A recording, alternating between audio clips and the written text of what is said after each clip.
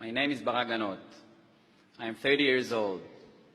For all of us, our life story usually begins on the date of our birth. I was born in 1988. My life story begins 44 years earlier. At the same moment, my grandmother Elka Ganot, prisoner number 12750, entered Auschwitz-Birkenau death camp. While Dr. Mengele sentenced to life or to death the arriving Jews, he addressed my grandmother with these words: Du bist jung und musst leben und arbeiten. This is German for, you are young and you must live and work. Rechts, go right. 1944 is the year when my dear grandmother, Elka Ganot, God bless her soul, an exceptional and strong woman, was just 23 years old. The oldest child of her family out of 8 brothers and sisters. 1944 is when the Nazis forced them into the ghetto at their village in Hungary. Later, she and her family were transported to Auschwitz by train. They came to Auschwitz-Birkenau, the biggest death factory in world history. It took 3 days and nights of travel in a cattle wagon. No food, no water, stuffed, no fresh air, no toilet. Her family was immediately separated. Jews were forced by Nazis, accompanied by huge violent barking dogs. All were shouting, pushing, pulling, and aggressively beating to form 2 lines. The left line, old women, sick-looking women and children were sent to the gas chambers. The right line was sent to concentration camps. Their fate was hard labor and slavery. My grandmother had left, following her mother and sisters. Dr. Mengele spotted her. He ran after her. He grabbed her by a collar. He forced her to the right line. This was when he shouted at her the few words in German, which I've quoted in the beginning. The only German words I know. The words that were my grandmother's nightmare since that moment and until her last day, and the words which my story begins with. Her family was executed in the gas chambers within less than 45 minutes from arrival, and according to the outstanding, stable, tough, precise efficiency measures and German statistics, they were all dead. Her father Yitzhak died. Her mother Rachel died. Her sisters Elisheva, Michaela, and Hannah died as well. All of that day, within less than 1 hour. Can you imagine her feeling when a couple told her, while in line, look there, the dark smoke emitting from the chimney are your dears, your family members. They were just gassed and burned to ashes.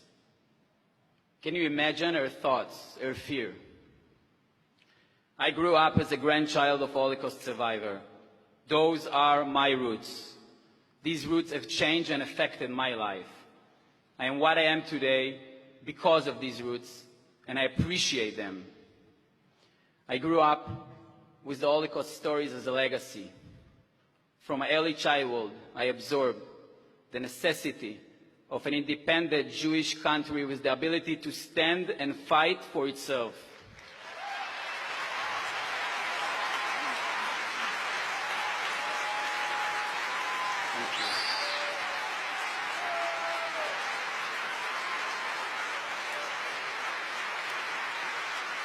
A country which its Jewish citizens will never again be slaughtered as cattle.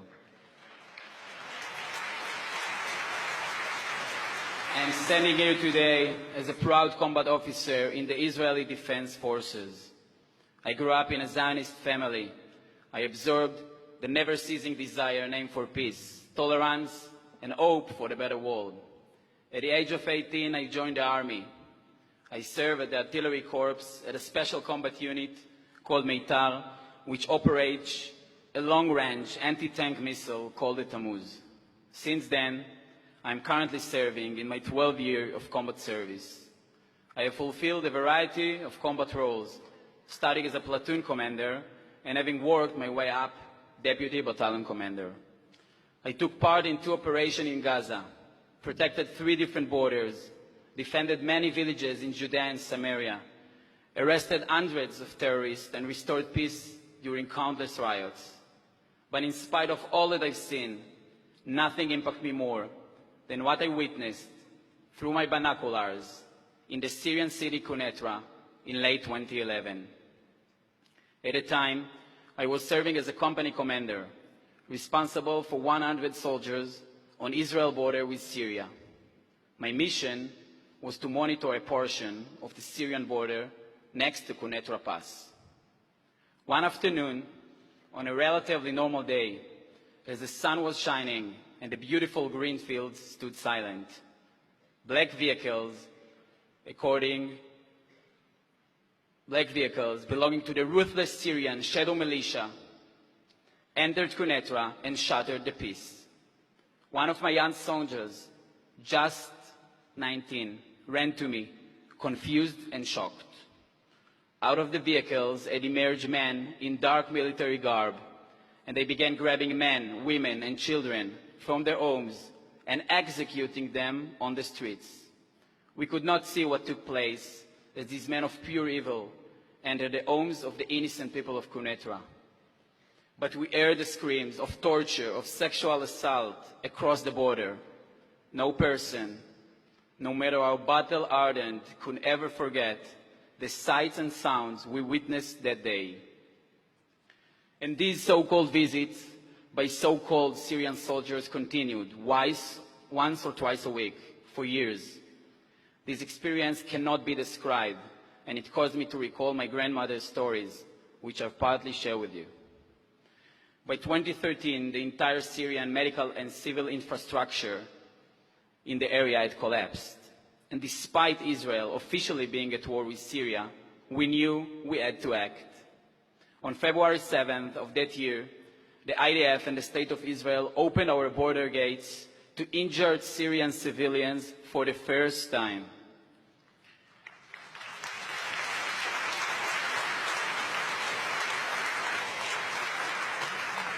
I was the company commander that accomplished this unusual and special mission. We provided medical aid to citizens from an enemy country. At the beginning, we were tense. We did not know what to expect. As a company commander, I wondered, are they really injured or just pretending to be and wish to execute a terror attack? But soon it became a daily routine. Injured Syrians kept crossing the border, and Israeli soldiers kept collecting them and treating them in the nearby hospital. Currently, the IDF established the aid activity fully controlled by the Northern IDF Command. I want to share with you some facts and figures. To date, more than 500,000 Syrian citizens killed, 20,000 of them children, more than 13 million displaced, over 11,000 civilians tortured to death, over 4 million refugees. We are helping as many Syrians as we can, but the need is so much greater. We provided medical help to over 4,000 Syrians. We supplied almost 500,000 liters of fuel and more than 55 tons of warm clothes. Now, who is exercising humanity and who is exercising cruelty?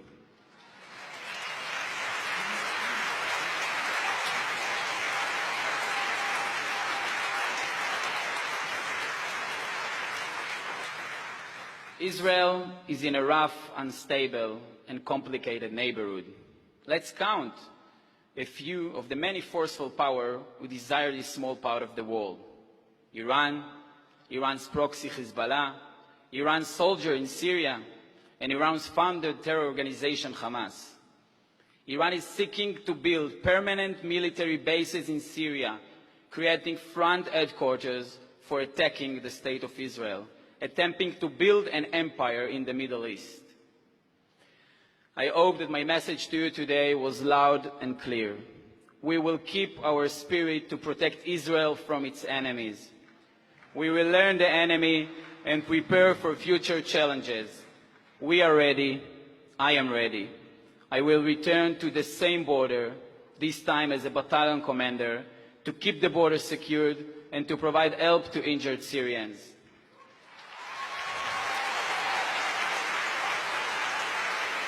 We, the IDF, will make the world a better place.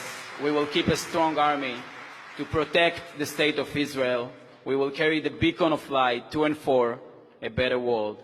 I will never forget my promise, committed at the age of 22, at the same cursed land called Auschwitz. There, in area A14, I found my grandmother's barrack. When I got back to Israel, I gave her the most precious gift she could ever dreamed of. I gave her a picture as a combat officer in the IDF, near the same barrack she was prisoned here.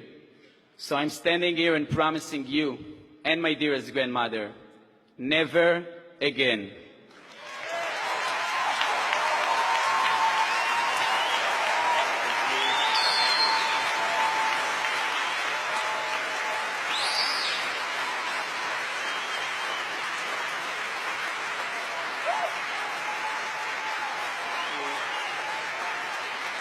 I wish that my grandmother could stand with us here in this room. She would see how much you care about Israel and your warm welcome. And I'm saying, as she would say, Toda Rabba, thank you very much.